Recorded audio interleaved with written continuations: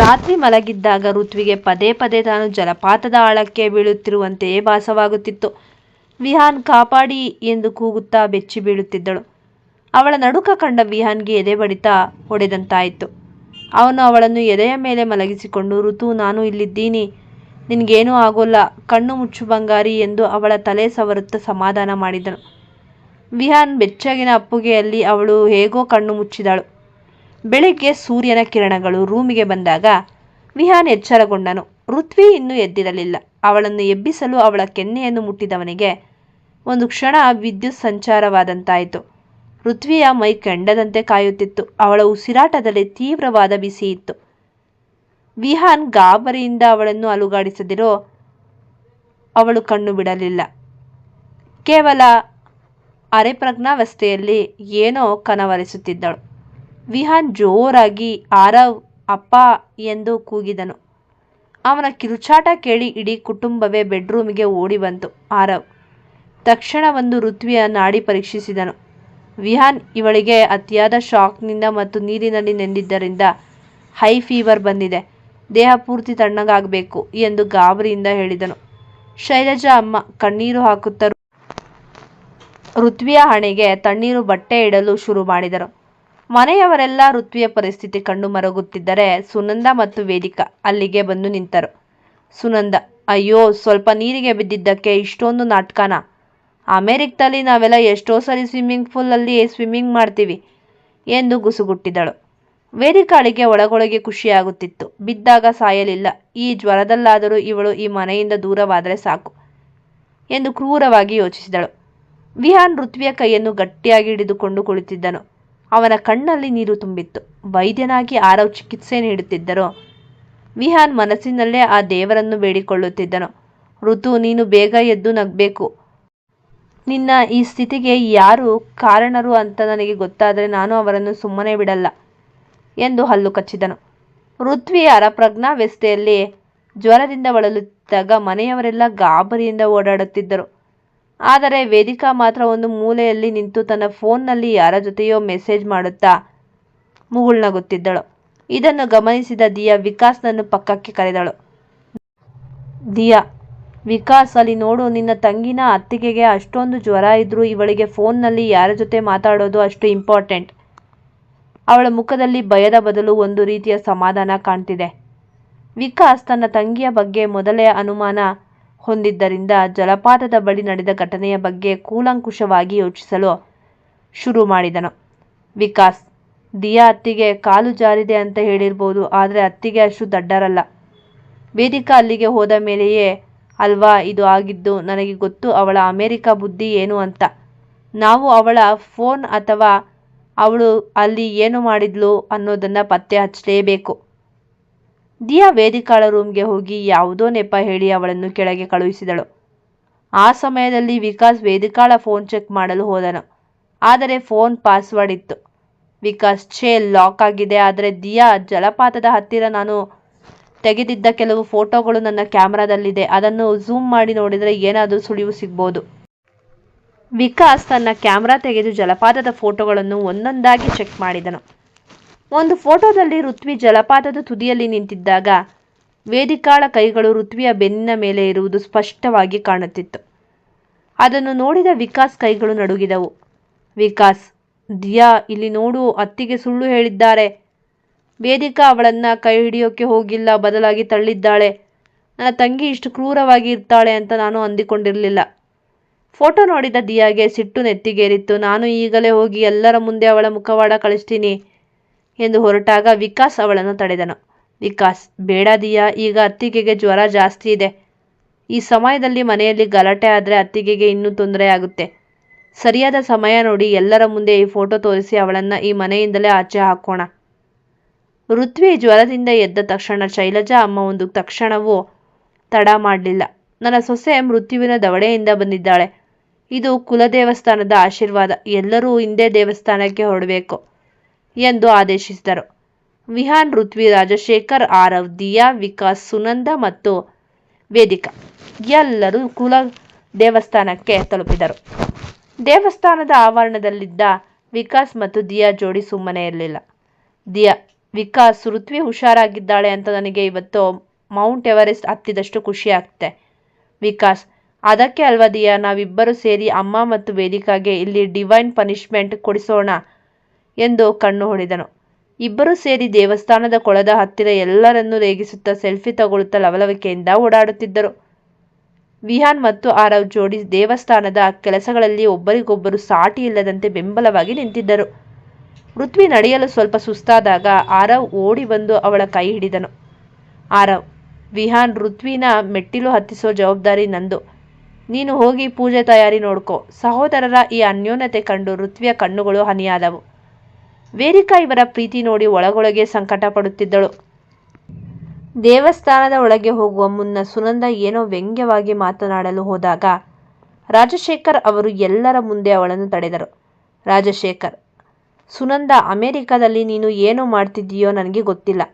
ಆದರೆ ಈ ಪವಿತ್ರ ಜಾಗದಲ್ಲಿ ನಿನ್ನ ದರ್ಪ ಮತ್ತು ಕೆಟ್ಟ ಮಾತುಗಳು ಬಂದರೆ ಈ ಕ್ಷಣವೇ ನೀನು ಇಲ್ಲಿಂದ ವಾಪಸ್ ಹೋಗ್ಬೋದು. ನನ್ನ ಸೊಸೆ ಈ ಮನೆಯ ಶಕ್ತಿ. ಅವಳ ಬಗ್ಗೆ ಒಂದು ಅಪಸ್ವರ ಬಂದರೂ ನಾನು ಸಹಿಸಲ್ಲ. ಶೈಲಜಾ ಕೂಡ ಗಂಡನ ಮಾತಿಗೆ ಸಮ್ಮತಿಸಿದರು. ಸುನಂದ ಅವಮಾನದಿಂದ ತಲೆ ತಗ್ಗಿಸಿದಳು. ಪೂಜೆ ಮುಗಿದ ಮೇಲೆ ಅರ್ಚಕರು ಋತ್ವಿಯ ಹಣೆಗೆ ಗಂಧ ಹಚ್ಚಿ ಅವಳ ಮುಖವನ್ನು ದೃಷ್ಟಿಸಿ ನೋಡಿದರು. ಅವಳ ಮುಖದಲ್ಲಿ ಒಂದು ರೀತಿಯ ಗಂಭೀರತೆ ಇತ್ತು. ಪೂಜಾರಿ, ತಾಯಿ, ನಿನ್ನ ಮೇಲೆ ಯಾವುದೋ ಕರಾಳ ದೃಷ್ಟಿ ಬಿದ್ದಿದೆ. ಜಲಪಾತದಲ್ಲಿ ನಡೆದಿದ್ದು ಆಕಸ್ಮಿಕವಲ್ಲ. ಅದು ಯಾರೋ ಮಾಡಿದ ಸಂಚು. ನಿನ್ನ ಪುಣ್ಯ ಮತ್ತು ಈ ಮನೆಯವರ ಪ್ರೀತಿ ನಿನ್ನನ್ನು ಉಳಿಸಿದೆ. ಆದರೆ ಎಚ್ಚರಿಕೆ, ನಿನ್ನ ಹತ್ತಿರದವರೇ ನಿನ್ನ ಬೆನ್ನಿಗೆ ಚೂರಿ ಹಾಕೋಕೆ ಕಾಯ್ತಿದ್ದಾರೆ. ಈ ಮಾತು ಕೇಳಿ ವಿಹಾನ್ ಮತ್ತು ಆರವ್ ಬೆಚ್ಚಿ ಬಿದ್ದರು. ಋತ್ವಿ ನಡುಗುತ್ತಾ ವೇದಿಕಾಳ ಕಡೆ ನೋಡಿದಳು. ವೇದಿಕಾ ಮತ್ತು ಸುನಂದ ಭಯದಿಂದ ಬೆವೆತು ಹೋದರು. ಪೂಜಾರಿಯ ಮಾತಿನಿಂದ ಭಯಗೊಂಡರೂ ಇವರಿಬ್ಬರ ಬುದ್ಧಿ ಬದಲಾಗಲಿಲ್ಲ. ದೇವಸ್ಥಾನದ ಹಿಂಭಾಗದಲ್ಲಿ ಸುನಂದ ಮತ್ತು ವೇದಿಕಾ ಪಿಸುಗುಟ್ಟುತ್ತಿದ್ದರು. ಸುನಂದ, ನೋಡು ವೇದಿಕಾ, ಪೂಜಾರಿಗೆ ವಿಷಯ ಗೊತ್ತಾಗಿದೆ.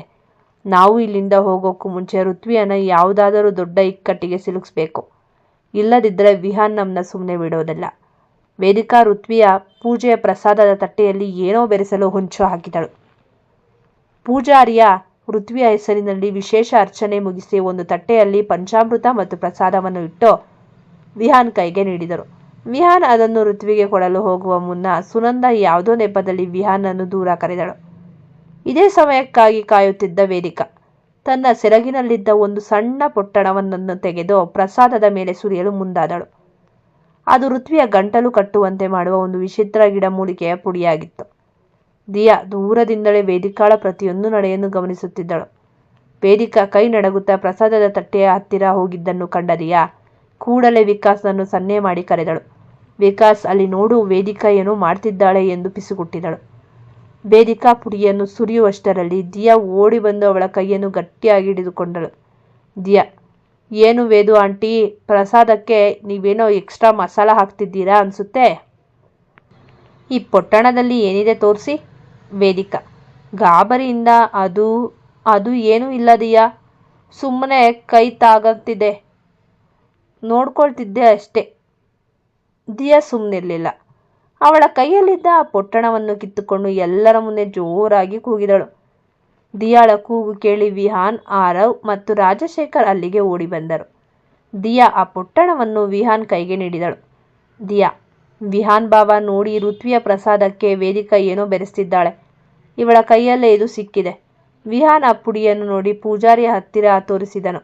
ಪೂಜಾರಿ ಅದನ್ನು ನೋಡಿ, ಇದು ಕಾಡಿನ ವಿಷಕಾರಿ ಪುಡಿ. ಇದನ್ನು ತಿಂದರೆ ಮನುಷ್ಯನ ಧ್ವನಿ ಹೋಗುತ್ತೆ ಮತ್ತು ಉಸಿರಾಟದ ತೊಂದರೆ ಆಗುತ್ತೆ ಎಂದು ಆಘಾತಕಾರಿ ವಿಷಯ ತಿಳಿಸಿದರು.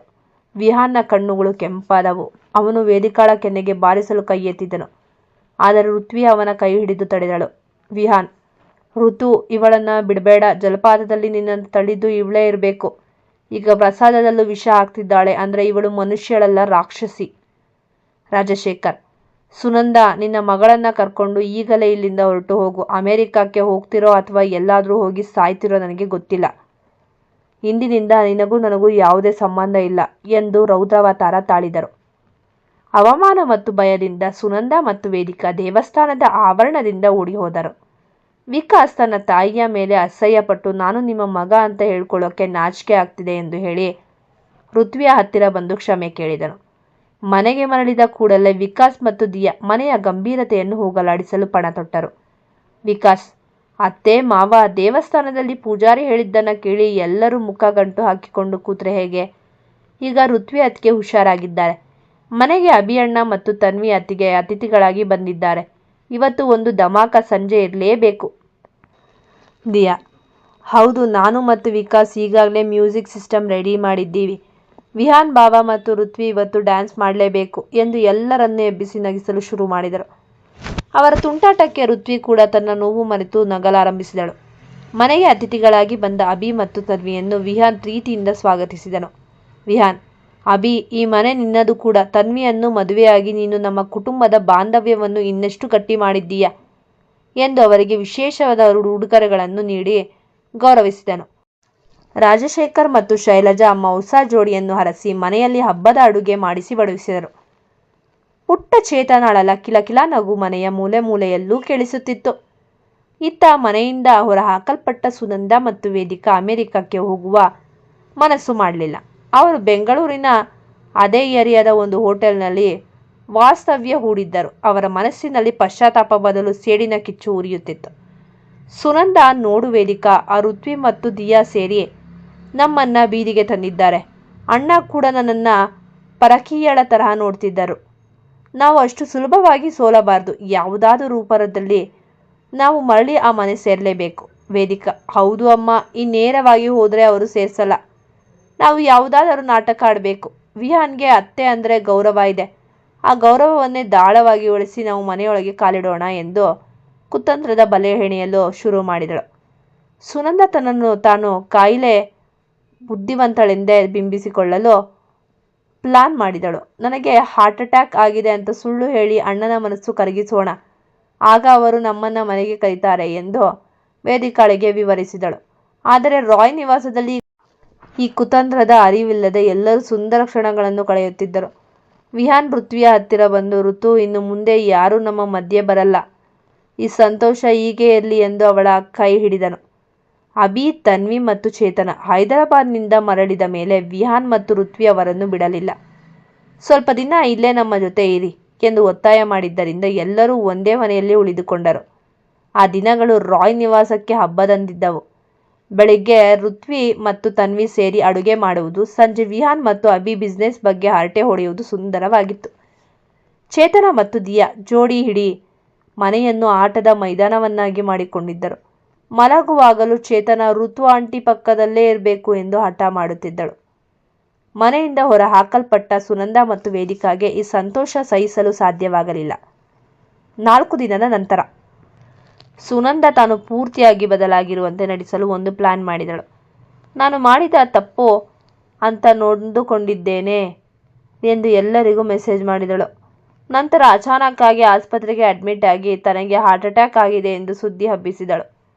ಸುನಂದಾಳ ಈ ಪರಿಸ್ಥಿತಿ ಕೇಳಿ ವಿಕಾಸ್ ತತ್ತರಿಸಿದ ಹೋದನು. ತನ್ನ ತಾಯಿ ತಪ್ಪು ಮಾಡಿರ್ಬೋದು, ಆದರೆ ಸಾವು ಬದುಕಿನ ಮಧ್ಯೆ ಇದ್ದಾರೆ ಅಂದುಕೊಂಡು ಅವನು ಅವರ ನಾಟಕವನ್ನು ಪೂರ್ತಿ ನಂಬಿಬಿಟ್ಟನು. ವಿಕಾಸ್: ವಿಹಾನ್, ಅಮ್ಮನ ಪರಿಸ್ಥಿತಿ ಸರಿಯಿಲ್ಲ. ದೇವಸ್ಥಾನದ ಘಟನೆಯಿಂದ ಅವರು ತುಂಬ ನೊಂದುಕೊಂಡಿದ್ದಾರೆ. ಅವರಿಗೆ ಏನಾದರೂ ಆದರೆ ನಾನು ಬದುಕಿರೋಲ್ಲ ಎಂದು ಅಳತೊಡಗಿದವನು. ಅವನ ಅಳುವನ್ನು ನೋಡಿ ರಾಜಶೇಖರ್ ಮತ್ತು ವಿಹಾನ್ ಕೂಡ ಮನಸ್ಸು ಕರಗಿಸಿ ಸುನಂದಾಳನ್ನು ಮನೆಗೆ ಮರಳಿ ಕರೆತರಲು ಒಪ್ಪಿದರು. ಆಸ್ಪತ್ರೆಯಿಂದ ಡಿಸ್ಚಾರ್ಜ್ ಆಗಿ ಮನೆಗೆ ಬಂದ ಸುನಂದ ಪೂರ್ತಿ ಬದಲಾವಳಂತೆ ನಟಿಸಿದಳು. ವೀಲ್ ಚೇರ್ ಮೇಲೆ ಕುಳಿತು ಮುಖವನ್ನು ಪೆಚ್ಚು ಹಾಕಿಕೊಂಡು ಮನೆಯೊಳಗೆ ಬಂದಳು. ಸುನಂದ: ಋತ್ವಿ, ದಿಯಾ, ನನ್ನನ್ನು ಕ್ಷಮಿಸಿಬಿಡಿ. ನಾನು ನಿಮ್ಮಿಬ್ಬರಿಗೂ ತುಂಬ ತೊಂದರೆ ಕೊಟ್ಟೆ. ಆ ಪಾಪವೇ ಇವತ್ತು ನನ್ನನ್ನು ಈ ಸ್ಥಿತಿಗೆ ತಂದಿದೆ ಎಂದು ಕಣ್ಣೀರು ಹಾಕಿದಳು. ಅವಳ ಈ ನಾಟಕ ಕಂಡು ಋತ್ವಿ ಮನಸ್ಸು ಕರಗಿತು. ಅವಳು ಅವರ ಸೇವೆ ಮಾಡಲು ಮುಂದಾದಳು. ಎಲ್ಲರೂ ಸುನಂದಾಳನ್ನು ನಂಬಿದರು. ತನ್ವಿ ಮತ್ತು ದಿಯಾಗೆ ಏನೋ ಅನುಮಾನವಿತ್ತು. ಸುನಂದ ವೀಲ್ ಚೇರ್ನಲ್ಲಿ ಕುಳಿತಿದ್ದರು. ಅವಳ ಕಣ್ಣುಗಳು ಮನೆಯ ಪ್ರತಿಯೊಂದು ಮೂಲೆ ಮತ್ತು ಋತ್ವಿಯ ಒಡವೆಗಳ ಮೇಲೆ ಇರುವುದನ್ನು ತನ್ವಿ ಗಮನಿಸಿದಳು. ಇದು ಹಾರ್ಟ್ ಅಟ್ಯಾಕ್ ಅಲ್ಲ, ಹಾರ್ಟ್ ಪ್ಲಾನ್ ಇರಬೇಕು ಎಂದು ದಿಯಾಳ ಕಿವಿಯಲ್ಲಿ ಪಿಸುಗುಟ್ಟಿದಳು. ಈ ಕಥೆಯನ್ನು ವೀಕ್ಷಿಸಿದ ನಂತರ ದಯಮಾಡಿ ನಮಗೆ ಸಬ್ಸ್ಕ್ರೈಬ್ ಮಾಡಿ, ಶೇರ್ ಮಾಡಿ, ಲೈಕ್ ಮಾಡಿ ಮತ್ತು ಕಮೆಂಟ್ ಮಾಡಿ. ಧನ್ಯವಾದಗಳು.